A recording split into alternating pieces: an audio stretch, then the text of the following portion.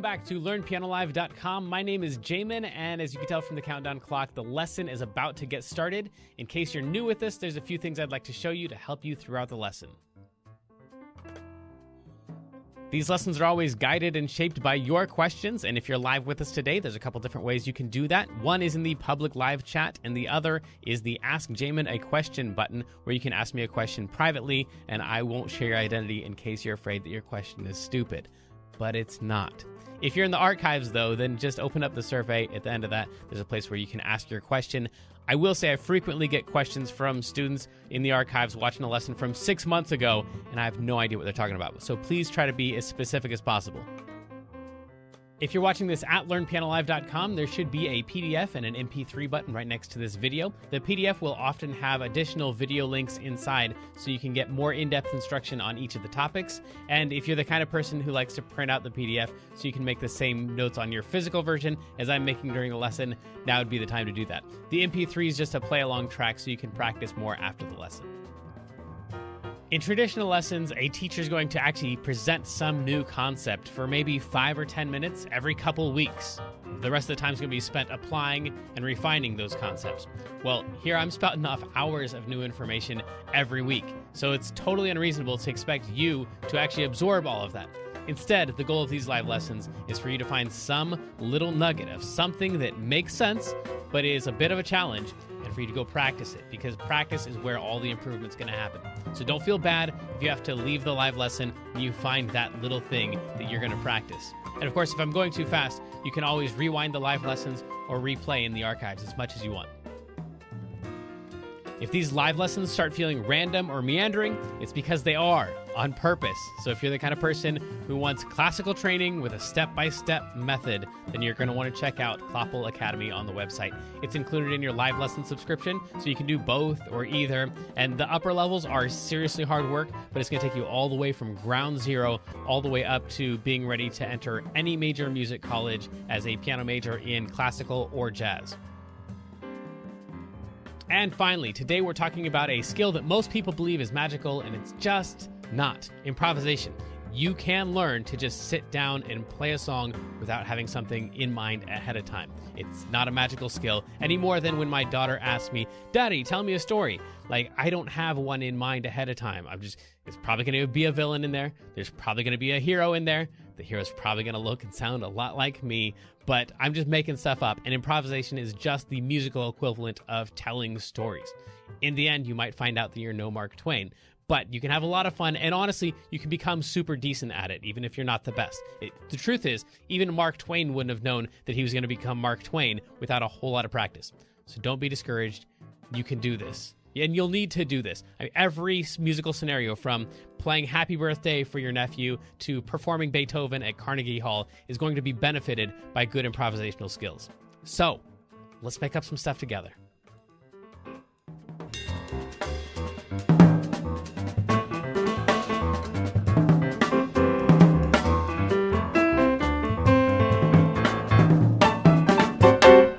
Welcome back to LearnPianoLive.com. My name is Jamin, and this is the incomparable Kendra.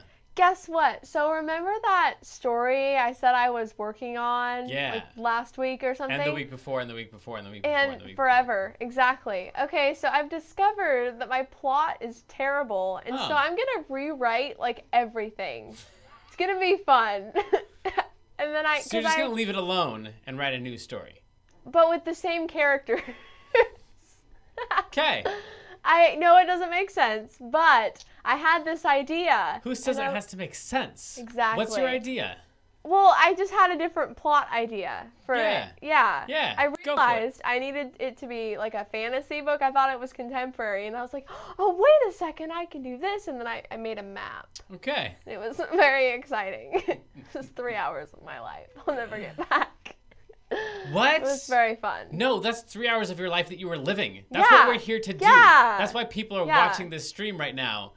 I just researched a bunch of cool names for places that I'm making up. So yes, yeah, absolutely. It was very fun. fun. Becomes a part of who Kendra is. Yes, and I've never done this before with the whole world building thing. Okay. So yeah. I'm excited. That's it's gonna be fun. That seems just as valid as any of the stuff that we're gonna be learning tonight. Thank you. Wait, I don't know. Right? Mine will take longer. Well, I don't know about that. No, I meant the lesson, not the stuff that you need to learn to get to. Yeah, the practicing of this thing exactly. might be a beast. Well, and that kind of brings us to the intro to the lesson, which living, is living though, right? It's living. Yeah. Absolutely. Yeah. Okay, I've been talking. So when we did the drip lesson, that was based on the drop, which we had done before. And I didn't realize how many students wanted a refresher on that before we did the trip. So if you are here in real life, sorry, the people who are here in the archives can flip these lessons and do this one first and then go to the drip. But anyway, let's start with the drop then, and then that will hopefully make the drip make more sense to the people who were confused about that one. So the idea here is you have some chord. For example, a C major 7. Now, this already, like, we just kind of left the territory of beginner stuff right here, but I'll spell this one out for you. Is C and E and G and B, and then you could arguably put a D in there as well. So it's like a C major 9, and we talked a lot about this in last week's lesson, the reharm lesson, and we talked about this in chord building lessons and stuff. So this is a C major 9. Just take my word for it for right now. And so the idea here is that if you're just noodling around, trying to improvise over some improv track like you do in Clopple Academy, or like we do a lot of times in the thanks, in the tutorial videos where we're just like making stuff up while the track is playing. Whatever the song is, if you want to play something cool over top of that, you're improvising. So then the concept here is that as you're noodling around, if the chord that you're on is a C major 7, that chord, then you could play this C major 7 just in reverse. The concept's easy enough. Executing it is a little bit more difficult, especially in real time. So when you have a play-along track and you're just kind of noodling around in C, and if you're in Clopple Academy, then you're trying to like play land notes. Thanks for that.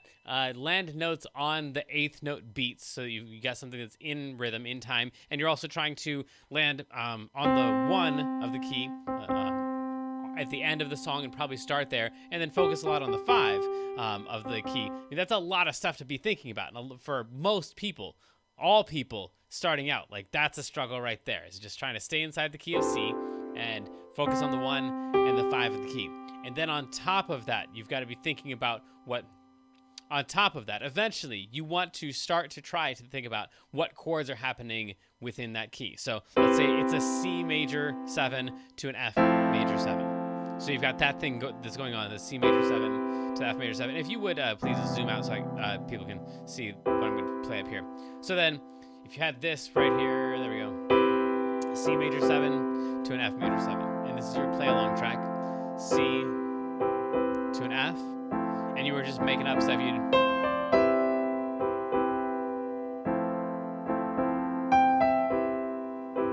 don't know, I'm just making stuff up. Trying to focus on the 1 and the 8th notes like we do in our improv stuff in Clopple Academy.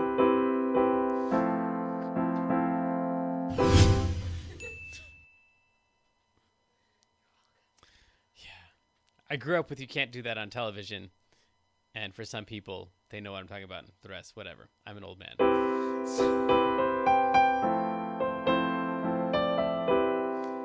So I'm just playing stuff in the key of C. Now, the drop says that on that C major 7 chord, I can improvise by playing that chord but one note at a time, starting from the top and moving to the bottom. And then when we get to the F major chord, I can play these notes, moving from the top down to the bottom. And so if I incorporate that into my improvisation, I'd have just regular stuff that I'm playing.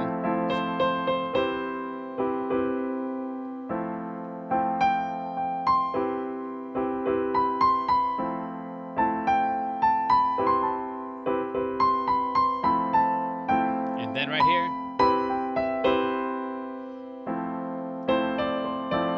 So right here, I can do that drop. So I'm playing all the notes of the chord in reverse order, and then I could do that on the F too. But at some point, if you play the drop or any idiom or any lick too frequently, then it's gonna end up just feeling like an exercise, which is exactly what we're doing this week with the play along track. It's just an exercise, but I've got a feeling that Kendra's about to jump in. No? Oh, fantastic. Cool. So then, what's that? You've got like 40 more seconds. 40 more seconds. Cool. All right. I'll take advantage of it. So trying to get used to those chords, but not playing the chord right away, playing them one note at a time. Now, of course, we've got the other one, which is the roll, which goes the other direction.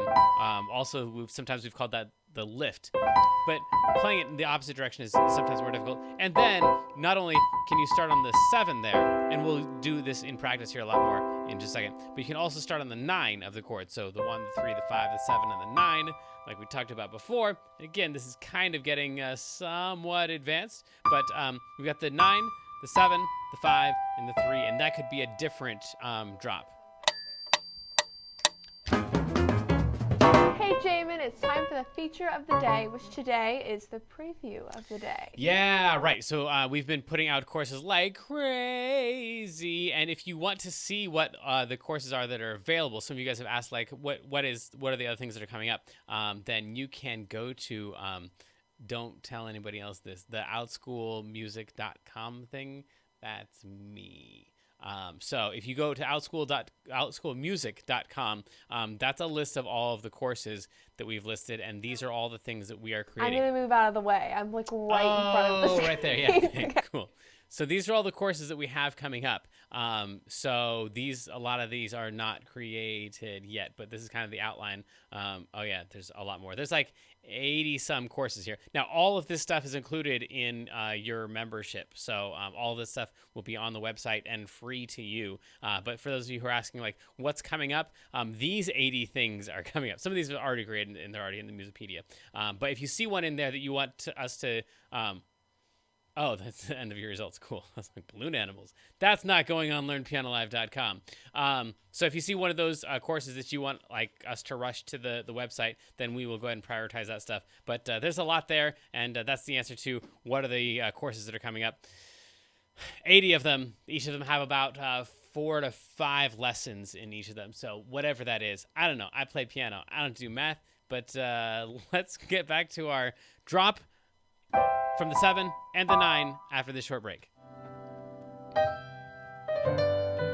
So sadly, the lesson preview has come to an end, and it's time to say goodbye to everyone watching the free streams. Of course, paying subscribers at learnpianolive.com can continue watching this lesson and several hundred others like it in the archives. So come on over and check us out. And if you like what you saw, at least like and subscribe, and then tell your friends to head on over to learnpianolive.com to start enjoying this journey with us.